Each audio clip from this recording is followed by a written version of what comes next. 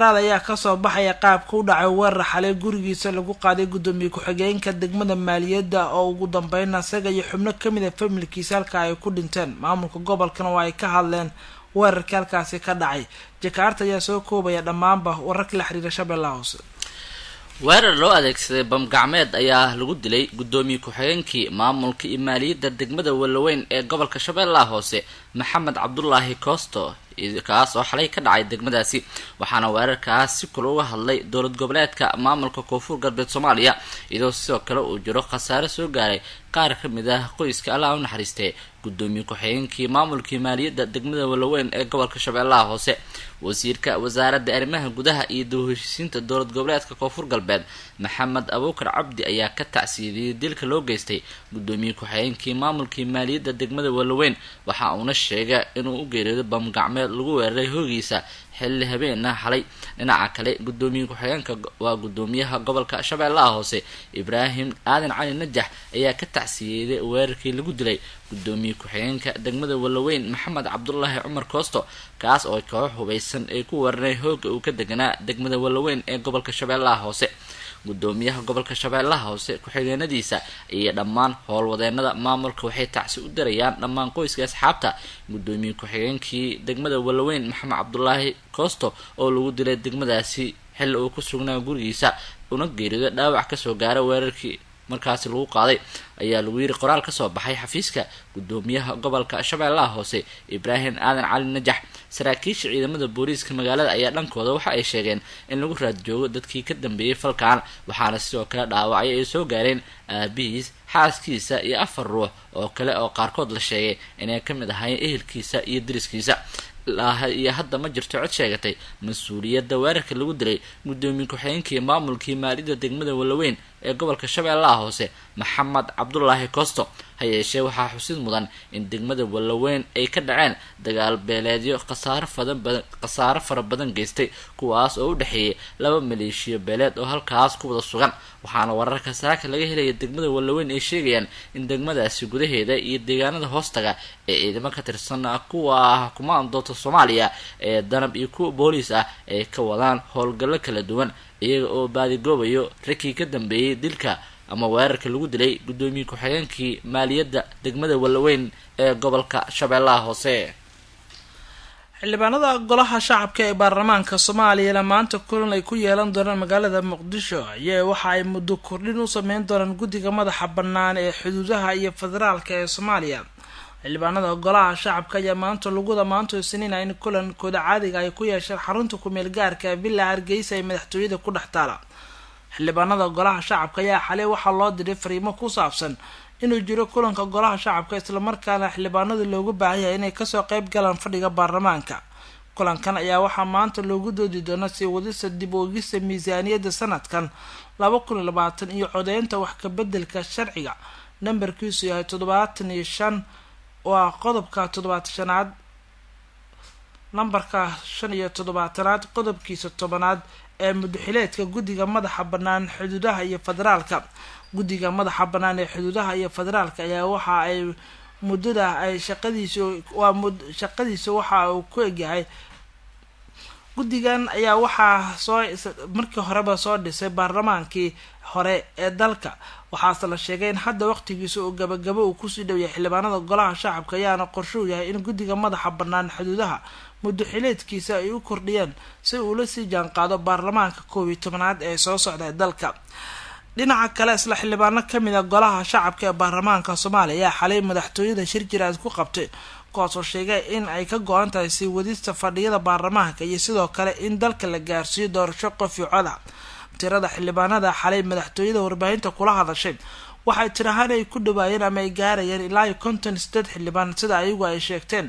waxna xildhibaanadan ay sheegay in yihiin kuwa uu istaagay sidii dalka doorasho qof iyo cod ah kaga dhici lahayd waxaase badi la sheegayeen xildhibaanada in kuwa ugu gal xaaraya sidii muddo kordhin loogu sameyn lahaa hay'adaha fulinta iyo sharci dejinta ee dalka qaar ka mid ah xildhibaanadaas oo warbaahinta la hadlay ayaa sharaxay shirkii xalay bismillaahir rahmaanir rahiim caawa ay bishu tahay 2 bishii August waxa halkan aan isugu nimi kulan uu ahaa kulankii ugu horreeyey ee ay isugu yimaadaan xildhibaano ka tirsan golaha shacabka xildhibaanadaasoo tiradoodu ay gaarayso 58 xildhibaan waxaa la isugu yimi in laga hadlo midnimada golaha shacabka iyo samata bixinta dalka taasoo ay tahay shaqadii loo doortay ee xildhibaanadaanu ay u istaageen muddo hadda ka hor dhowr sano ay ka soo wareegtay oo la rabo in la gaarsiiyo dalka doorasho qof iyo cod ah waxaanu marka go'aanka ku gaaray caawa inaanu midnimada golaha shacabka xoojino samata bixinta dalkana aanu gaarsiino qof iyo cod doorasho ah sidii loo gaari lahaa iyadoo oo dalka iyo dadkuba ay fiyow yihiin bulshada Soomaaliyeed iyo dadka dhalinyarada aanu ugu celin lahayn gacantooda doorashadii ay ku dooran lahaayeen ciddii matalaysa dalkana aan uga badbaadin lahayn khatarta ku soo fool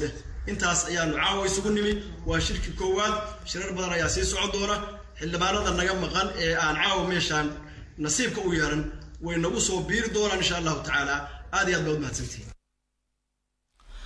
xildhibaanada xalay madaxtooyada kulankan ku yeeshay warbaahintan kula hadlay waxaa la sheegay in kuwa saaxiib dhow la madaxweynaha Soomaaliya Maxamed Cabdullaahi Farmaajo waxaana la sheegay in badi ay ka shaqeynayaan markan sidii muddo kordhin loogu sameyn lahaa hay'adda fulinta iyo sharci dejinta baarlamaanka dalka waxaase la ogeyn qorshahan sida uu ku suurtagal ku noqon karo iyadoo ay muuqato cadaadiska beesha caalamka ay ku hayso dowladda federaalka Soomaaliya oo dowladda lagu cadaadinayo in waqtiga yar ee mudxileedka dowladda lagu gaaro doorasho dalka ka dhacda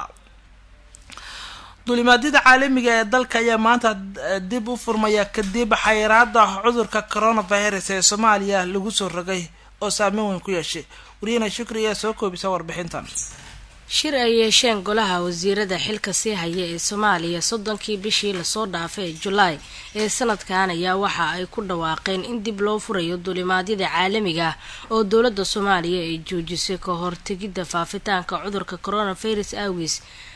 dawladda Soomaaliya ayaana dulimaadida caalamiga waxay joojisay 16kii bishii Maarso ee sanadkan kadib markii kiisas cudurka coronavirus laga helay dalka waxaana xigtay in 28kii isla bishaas Maarso la joojiyay dulimaadida gudaha Soomaaliya walow dhawaan dib loo furay maanta oo Isniin ayaana ay ku beegan tahay bisha 3 bisha Agoosto ayaa dawladda horey u shaacisay in dib loo furayo dulimaadida caalamiga waxaana maanta la filayaa inay si toos ah u bilaabadaan diyaaradaha imaan jiray Soomaaliya iyo kuwa ka bixi jiray dhinaca kale qoraal ay soo saartay hay'adda socdaalka iyo jinsiyadaha Soomaaliya ayaa lagu sheegay in dadka dalka soo galaya laga doonayo inay haystaan shahaado caafimaad oo muujinaysa inay iska baareen cudurka COVID-19 lagana waayay intii ay xirneyd dulimaadida caalamiga ayaa waxaa ka dhashay saameyn dhaqaale iyo mid bulsho waxaana wasiirka gaadiidka iyo duulista Soomaaliya uu sheegay in dhaqaale fara badan ay ku weysay dawladda Soomaaliya oo markii hore soo gali jiray sidoo kalena Soomaali fara badan ay ku xayirmeen qaar ka mid ah wadamada caalamka walow dawladda Soomaaliya qaarkood dawladaha kale halka kuwa doonaya inay dalka dib ugu soo laabtaan ay gudaha dalka ku xayirnaayeen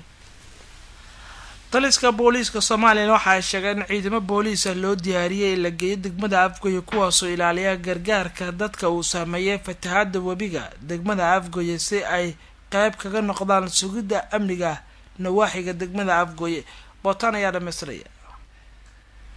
taliyaha ciidanka booliska Soomaaliyeed Janaal Cabdi Xasan Maxamed Xijaar ayaa howlo kormeer ah u tagay degmada Afgoye ee gobolka Shabeellaha Hoose sodaalka taliyaha ee degmada Afgoye ayaa la xiriira oo guurgalida iyo qiimeyn ay tahay inuu ku soo sameeyo fatahaadaha xooggan ee laga soo sheegayo degmadaasi taliyaha ciidanka booliska ayaa sidoo kale u guurgalay xaaladda amni ee degmada Afgoye isagoona gelinkii dambe kormeeray saldhigga booliska iyo taliska ciidanka daraawiishta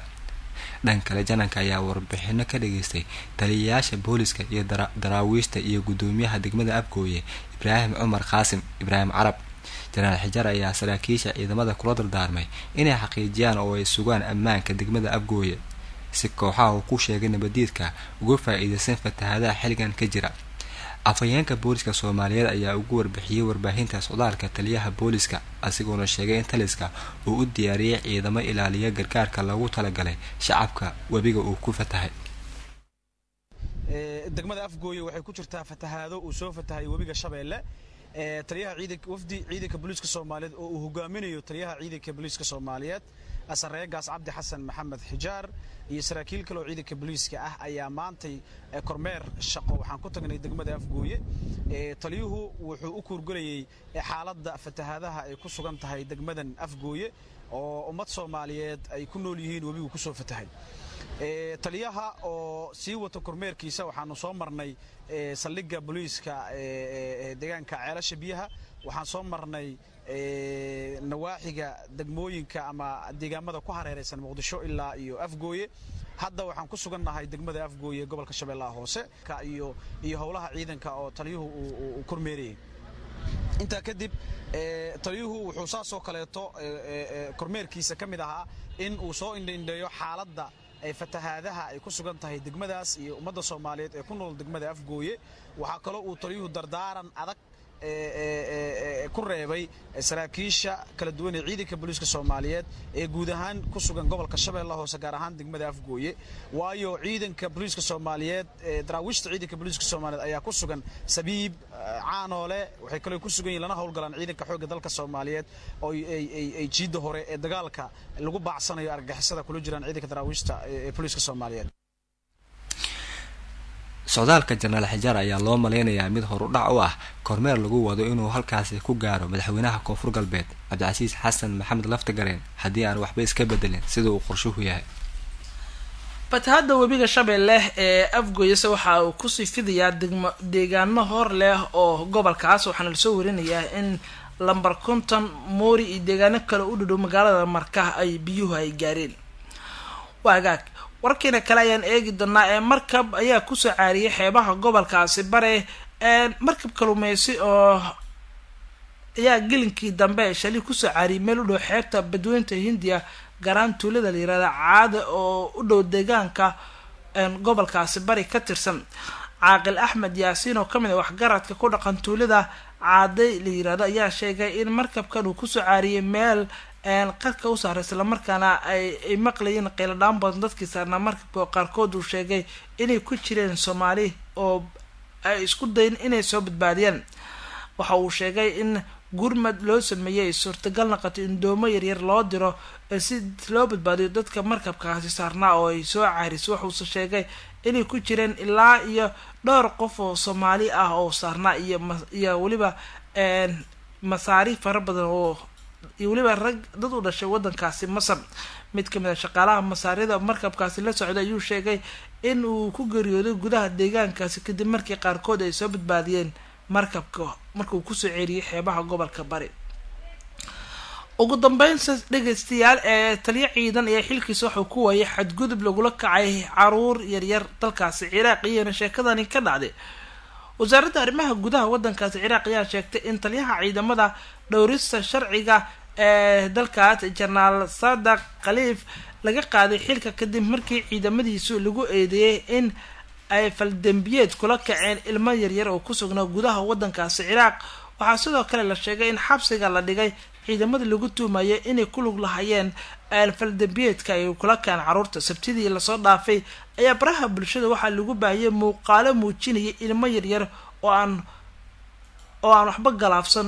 la xirxiray isla markaana si xun loo jirdilayo waxaana muuqaalkaas uu noqday mid saameyn weyn ku yeeshay dalkaasi Ciraaq waxaana la sheegay inay ka dambeeyeen rag xilligaasi ku labisnaa dariiska dharka militariga ugu dambeyn baaritaan la sameeyay loogaad in taliyaha dhan ilaalo u hayeen kadibna ay xabsiga loo dhaadhiciyay ilmaha yaryar ee laga duubay muuqaalka xadgudubka loo geysanayay ayaa la sheegay inay ku sugnaayeen gudaha wadankaasi Ciraaq gaar ahaan Baghdad waxaana muuqaalada loogu duubay telefoonada gacanta muuqaalka laga duubay